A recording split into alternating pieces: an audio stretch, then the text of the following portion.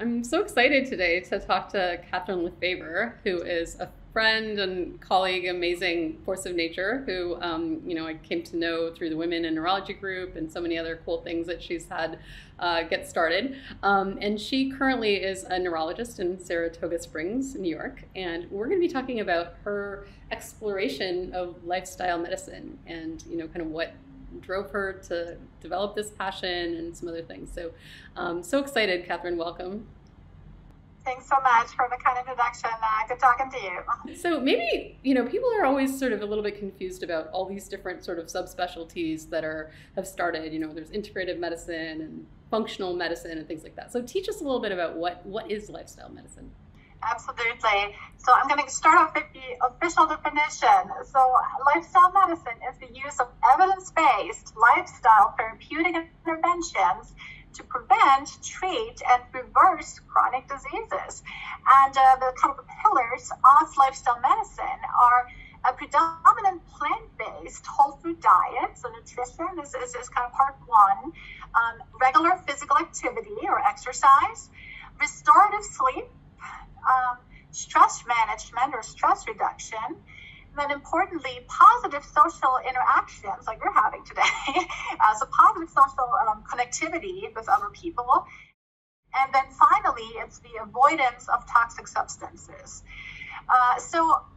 Basically, again, that the important or differentiating factor is that these kind of pillars really are based on research in a number of different disorders, primarily cardiovascular, diabetes, heart disease, but are really applicable to health in general, right? Human health in general. And I was very interested to explore how we can, as neurologists, use these concepts to help our patients to live their optimum quality of life. Yeah, it's really, I think, come a long way, our field, right? Like, because people used to say that we had no treatments to give our patients. We would just diagnose and adios. And I think now we have some pretty spectacular treatments. But I think this concept of, doing some of these preventative type things, lifestyle type things are just, really entering the sort of fold. And I'm so excited to see kind of where we together can take this field. So basically you had been practicing for a while in classic Western sort of approaches and then decided to study this. What exactly was it that made you kind of decide to study this? Excellent question. As you said, I was a pretty traditionally trained neurologist, movement disorder specialist in academic medicine, and like for so many, you're probably listening, the pandemic was a really, really big shift in my life and has caused me to rethink my career and what I want to do and how I want to practice. And it was obviously I actually got affected with COVID myself very early in the pandemic. I was like on a conference trip and then came home sick in March 2020, and then was sort of struggling a bit.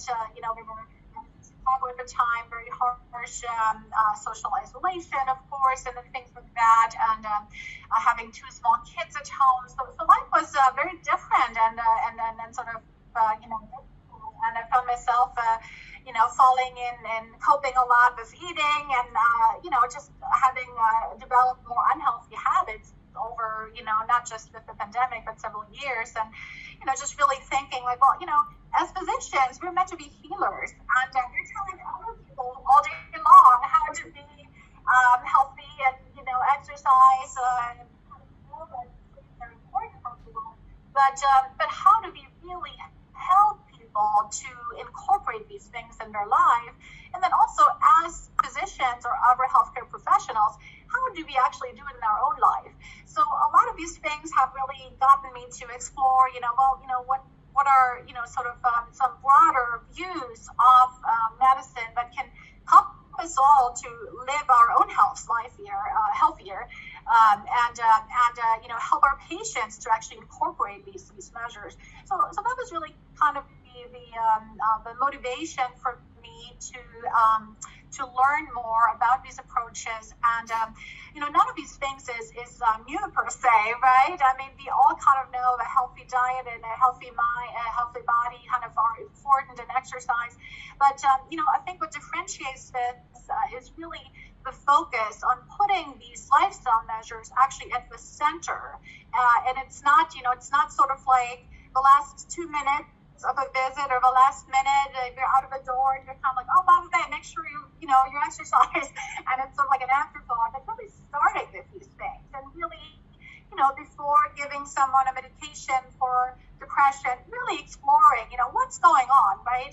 And you have kind of had this beautiful paper with loneliness and the pandemic and social connection, and we need to talk about these things. We need to talk about sleep, about the social situation someone is in before we just medicate things. And so, again, I think it's a shift that can have pretty dramatic consequences for our patients.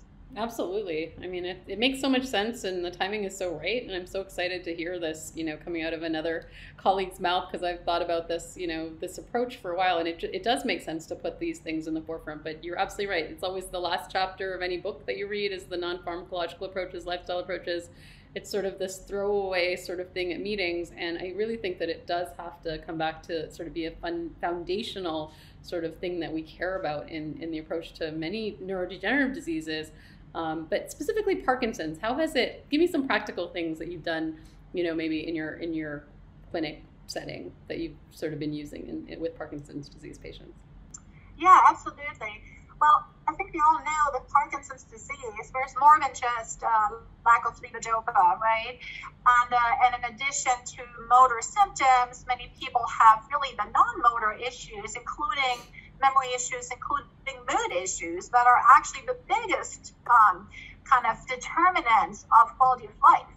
And those things do often not respond easily to medication treatment. So in my practice, I really try to explore these things as much as possible and give patients like tangible advice on how, first of all, really recognizing the importance and kind of shifting that expectation that every time something isn't going right, or there might be a bad day, but we're going to make medication changes on the dopamine medicines, but really kind of having a broader approach and really honing in on these things that are under our control. What nutrients do we feed our body? A lot of people have fatigue, right? If you're eating sugar and highly processed foods all day, how is that contributing to how we feel ultimately? And it's really true very broadly for all of us, but especially for people with neurologic diseases. It's very important to have a broader look and look at nutrition, look at sleep quality, look at social connections as ways to make a difference how people feel every day, and hoping if some of these fluctuations, for example, in Parkinson's, that people feel from day to day. So that's an example, but I really try to have this approach for pretty much anyone I see, and obviously the focus shift based on the person and based on the situation they're in. So, Kathrin, you had mentioned that one of the reasons that you had been attracted to this in your own life was because of some things, some stressors that were happening and some unhealthy lifestyle choices that you had adopted, including, eating ice cream and things like that. Could you describe how this sort of approach has impacted your own life as a clinician, a busy mom, sort of balancing the work-life stuff with all the stressors that are happening? How have you been able to use these principles in your own life? Yeah, absolutely. And again, it was one of the main motivating factors. I was looking into these things. So I was living a very busy life of being in academic medicine, having 2 young children at home, balancing all these things, having a lot of stress with the pandemic-related uncertainties and so on. So I was telling myself I was way too busy for exercise. I just stopped exercising altogether, several years ago. And when you try to cope with stress, food is often kind of an easy answer. And whether it's the ice cream or chocolate, you get that little sugar rush that kind of makes you feel better. And ultimately, leading to weight gain and ultimately not feeling very tired. So yeah, I have changed my nutrition to a mostly plant-based, whole food diet, and have actually enjoyed that. It's sort of always the little apprehensions we have about how we can do a certain thing or a certain lifestyle and giving up sugar, but ultimately, I think it's important to realize there's never 100%, if you commit to something, it's always okay to, try it out and be surprised by the often very changes. It's the same thing for exercise. I've really prioritized that for me, and I have a daily yoga practice and do aerobic exercise regularly, and I've definitely noticed, a lot of positive changes in my own life. And I talk about it all the time. I talk about it with my patients. I talk about it with everyone who wants to listen. And, changes can happen very quickly. I was just talking to my office staff 2 weeks ago and about lifestyle medicine, and one of my team members told me yesterday she was so inspired to make some nutrition changes and lost 6 pounds, So it's once people kind of notice positive changes, they are motivated to continue. Yeah, I think in modeling it too for your patients and for those that you love and for the people in your office is pretty important, and I think very effective way to teach as well. So, and I like 2 things about lifestyle medicine that do make it special, and one is really the emphasis on physician health, and it can sometimes feel as a burden, right? And I often feel a bit, hypocritical telling all my patients with Parkinson's disease to exercise, but I wasn't exercising myself in my own life. And it's been shown in the cardiovascular research that physicians who do have a healthy eating pattern and exercise themselves are much more likely to counsel their patients on it and also effectively counsel their patients. And then the second point that is really emphasized by the College of Lifestyle Medicine is actually how to optimize patient coaching, right? Because it's not sort of a one-size-fits-all approach. And we kind of know that, right? If we just telling people, go exercise, and just not really spending any time on it, it's usually not that effective. So really meeting people where they are, actually assessing their readiness to make lifestyle changes has to come first. And then followed that by, again, if someone hasn't thought of making changes or has not motivation, giving them information to kind of empower them about what could be the benefits is actually the right approach. If someone has already started making changes or wants to make changes, motivational interviewing can be very helpful. And then really trying to goal set and helping people make specific goals is very helpful. If people are already in their bay, there's some additional things we can do to support them, to prevent relapses, to connect them with other resources. So, I can only touch on that, but essentially, really not just knowing theoretically what is good for us and our patients, but also learning tools, how to help people to make these changes happen, I think is very, very important and has not really been emphasized or isn't really emphasized in our traditional training as physicians as much. Yeah, absolutely. So important. Well, thank you so much, Kathrin, for this amazing work that you've been studying. And I just, as a last point, I think for those folks out there that want to learn about how they can learn about this sort of field, maybe you could just give them a resource or two and how they can get started. Yeah, so you can become a member of the American College Lifestyle Medicine. They have amazing resources, patient handouts that are very, very helpful in just giving out, sharing that information.